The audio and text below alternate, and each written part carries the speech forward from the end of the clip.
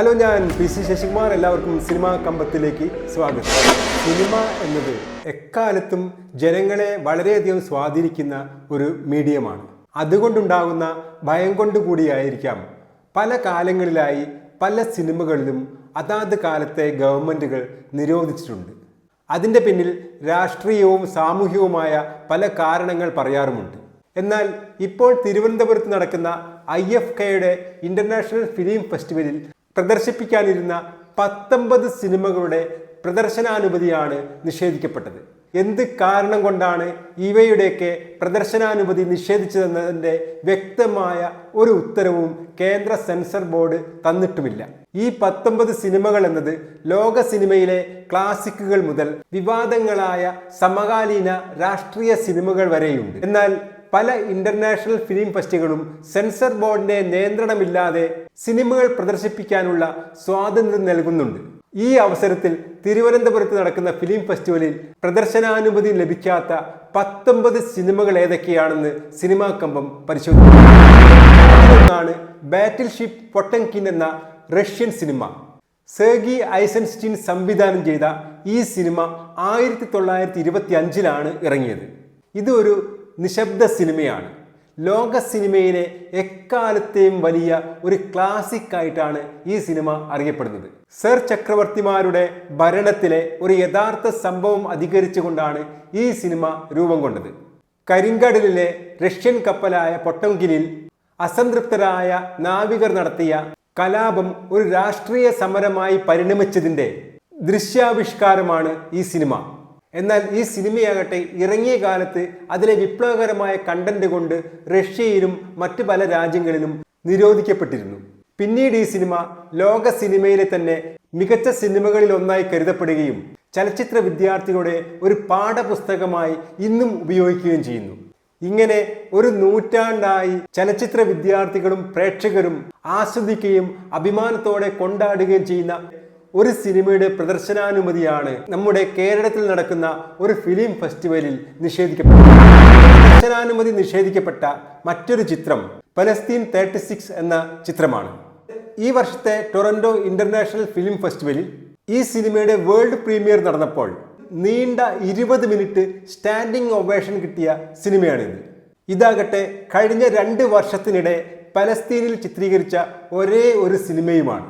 കഴിഞ്ഞ മാസം നവംബറിൽ ഈ ചിത്രത്തിന് ടോക്കിയോ ഇന്റർനാഷണൽ ഫിലിം ഫെസ്റ്റിവലിൽ മികച്ച ചിത്രത്തിനുള്ള പുരസ്കാരവും ലഭിച്ചു. ആൻ മേരി ജാസിർ എന്ന വനിതയാണ് ഈ സിനിമയുടെ സംവിധായിക.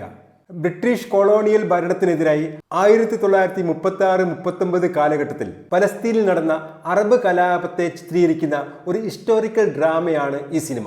യൂറോപ്പിൽ നിന്നും പലസ്തീനിലേക്ക് മടങ്ങിയെത്തുന്ന ജൂതരുടെ വളർച്ച, ബ്രിട്ടീഷ് കൊളോണിയലിസം ഇവയെല്ലാം അക്കാലത്തെ പലസ്തീൻ ജനതയെ എത്രമാത്രം ശ്വാസം മുട്ടിക്കുന്നു എന്ന് ഈ സിനിമ നമ്മെ കാണിക്കുന്നു.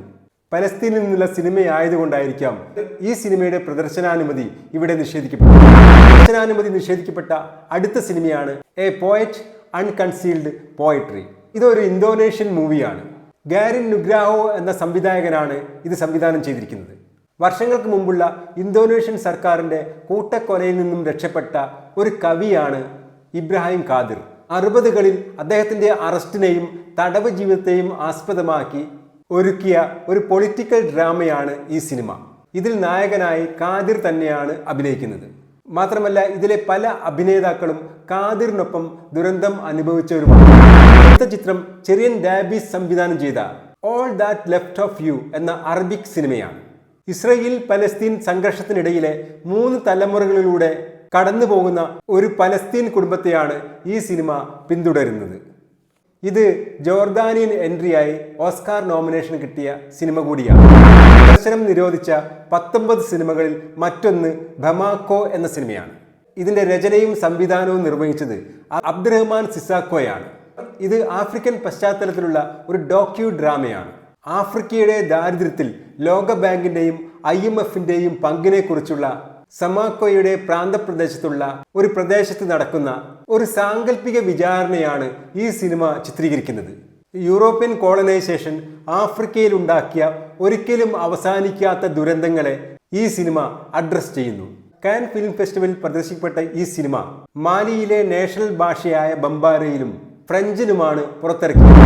മുഹമ്മദ് റിയാബ് എന്ന സംവിധായകൻ അറബിക്കിൽ പുറത്തിറക്കിയ ക്ലാഷ് ആണ് നിരോധിക്കപ്പെട്ട മറ്റൊരു സിനിമ. ഈ ചിത്രമാകട്ടെ കേരളത്തിന്റെ 21ാമത് രാജ്യാന്തര ചലച്ചിത്രമേളയിൽ മികച്ച ചിത്രത്തിനുള്ള സുവർണ ചകോരവും പ്രേക്ഷകർ തിരഞ്ഞെടുത്ത മികച്ച ചിത്രത്തിനുള്ള രജത ചകോരവും നേടിയ ചിത്രമാണ്. കാൻ ഫിലിം ഫെസ്റ്റിവലിൽ എൻട്രി ലഭിച്ച ഈ ചിത്രം ഓസ്കാർ ഫിലിം ഫെസ്റ്റിവലാകട്ടെ ഏറ്റവും മികച്ച വിദേശ ചിത്രത്തിനുള്ള നോമിനേഷൻ ലഭിക്കുകയും ചെയ്തിട്ടുണ്ട്. വെറും 8 മീറ്റർ സ്ക്വയറിലുള്ള ഒരു പോലീസ് വാനിനകത്ത് നടക്കുന്ന സംഭവങ്ങളാണ് ഈ സിനിമയിലാകെ നടക്കുന്നത്. ഇത് ഈജിപ്തിലെ മിലിറ്ററി ലീഡർഷിപ്പും മുസ്ലിം ബ്രദർഹുഡും തമ്മിലുള്ള സംഘർഷങ്ങളെയും രാഷ്ട്രീയ നാടകങ്ങളെയും എല്ലാം തന്നെ അഭിസംബോധന ചെയ്യും. നിരോധിച്ച സിനിമയുടെ പേര് കേട്ടാൽ നമുക്ക് അത്ഭുതം തോന്നും. കാരണം അതൊരു ചാർലി ചാപ്ലിൻ സിനിമയാണ്. കാലാകാലങ്ങളായി ലോകമെമ്പാടുമുള്ള പ്രേക്ഷകർ കണ്ടാസ്വദിക്കുന്ന, ഇന്നും ആസ്വദിക്കുന്ന ഒരു സിനിമയാണ് ദി ഗ്രേറ്റ് ഡിക്റ്റേറ്റർ. 1940 ഇറങ്ങിയ ഈ സിനിമ സംവിധാനം ചെയ്തിരിക്കുന്നത് ചാർലി ചാപ്ലിൻ തന്നെയാണ്. ഈ സിനിമയാകട്ടെ ഫാസിസത്തിനെതിരെ ഇറങ്ങിയ സിനിമകളിൽ ഏറ്റവും മഹത്തായ സിനിമയായി കരുതപ്പെടുന്നതുമാണ്. 1940-കൾ രണ്ടാം ലോക മഹായുദ്ധം തുടങ്ങുന്നതിന് തൊട്ട് മുമ്പ്, ഹോളോകാസ്റ്റ് നടക്കുന്നതിന് മുമ്പ് ലോകത്തിന് ഫാസിസത്തിന്റെ ഭീകരതയെപ്പറ്റി മുന്നറിയിപ്പ് നൽകിയ സിനിമയാണ് ഇത്. ഇതിൽ ഹിറ്റ്ലറോട് സാമ്യമുള്ള ഏകാധിപതിയായി ചാർലി ചാപ്ലിൻ തന്നെയാണ് വരുന്നത്. ഹിറ്റ്ലറെയും മുസോളിനിയെയും കണക്കറ്റ് പരിഹസിക്കുന്ന ഈ സിനിമ മാനവികതയുടെ, സാഹോദര്യത്തിന്റെ, സമാധാനത്തിന്റെ ദൃശ്യാവിഷ്കാരമായി ഇന്നും കണക്കാക്കപ്പെടുന്നു. അവസാനം ഹിറ്റ്ലറായി തെറ്റിദ്ധരിപ്പിക്കപ്പെട്ട ചാർലി ചാപ്ലിൻ ജർമ്മൻ പട്ടാളത്തോടും ലോകത്തോടും നടത്തുന്ന ഒരു പ്രസംഗമുണ്ട്. I don't want to be an emperor, that's not my business. I don't want to rule, conquer anyone. I should like to help everyone എന്ന സമാധാനത്തിന്റെ സന്ദേശം ഹിറ്റ്ലറെ കൊണ്ട് പറയിപ്പിച്ചുകൊണ്ടാണ് ഈ സിനിമ അവസാനിക്കുന്നത്. എന്നാൽ ഈ സിനിമയും നമ്മുടെ ചലച്ചിത്രമേളയിൽ പ്രദർശിപ്പിക്കാൻ കഴിയില്ല.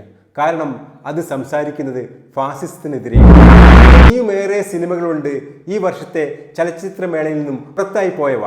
വിയറ്റ്നാമീസ് വാർ മൂവിയായ tunnel, sun in the dark, Sally Potter എഴുതി സംവിധാനം ചെയ്ത ഹിബ്രു ഭാഷയിലുള്ള യെസ് എന്ന സിനിമ, river stone, eagles of republic, once upon a time in Gaza, heart of wolf, red rain തുടങ്ങി 19 സിനിമകളാണ് ഇങ്ങനെ നിരോധിക്കപ്പെട്ടത്. ഇങ്ങനെ നിരോധിക്കപ്പെട്ടവയിൽ ബീഫ് എന്ന ഒരു സ്പാനിഷ് സിനിമയും ഉൾപ്പെടുന്നുണ്ട്. നമ്മളെവിടുത്തെ ബീഫുമായി യാതൊരു ബന്ധവുമില്ലാത്ത ഒരു സിനിമയാണ് അത്. എന്നാൽ സിനിമയുടെ പേര് ബീഫ് എന്നുള്ളത് കൊണ്ടായിരിക്കാം ആ സിനിമയും ഇവിടെ നിരോധിക്കപ്പെട്ടിരിക്കുക. ഇന്ന് ഒരു പ്രേക്ഷകന് സിനിമകൾ കാണാൻ ഫിലിം ഫെസ്റ്റിവൽ വരെ കാത്തിരിക്കേണ്ട ആവശ്യമൊന്നുമില്ല.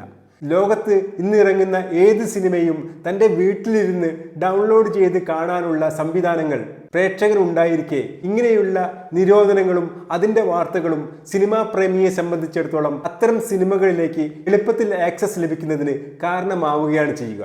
അതുകൊണ്ട് ഈ സിനിമകളെല്ലാം തന്നെ എളുപ്പം പ്രേക്ഷകന് കാണാനുള്ള അവസരമുണ്ടാകട്ടെ എന്ന് ആശംസിച്ചുകൊണ്ട് നിർത്തുന്നു. ഈ വീഡിയോ എല്ലാവർക്കും ഇഷ്ടപ്പെട്ടെന്ന് കരുതുന്നു. ഈ വീഡിയോ ഇഷ്ടപ്പെട്ടാൽ തീർച്ചയായും ലൈക്ക് ചെയ്യുക, കമൻറ്റ് ചെയ്യുക, സബ്സ്ക്രൈബ് ചെയ്യുക. പുതിയൊരു വീഡിയോയുമായി വരുന്നതുവരെ എല്ലാവർക്കും സിനിമാ കമ്പത്തിൻ്റെ നമസ്കാരം.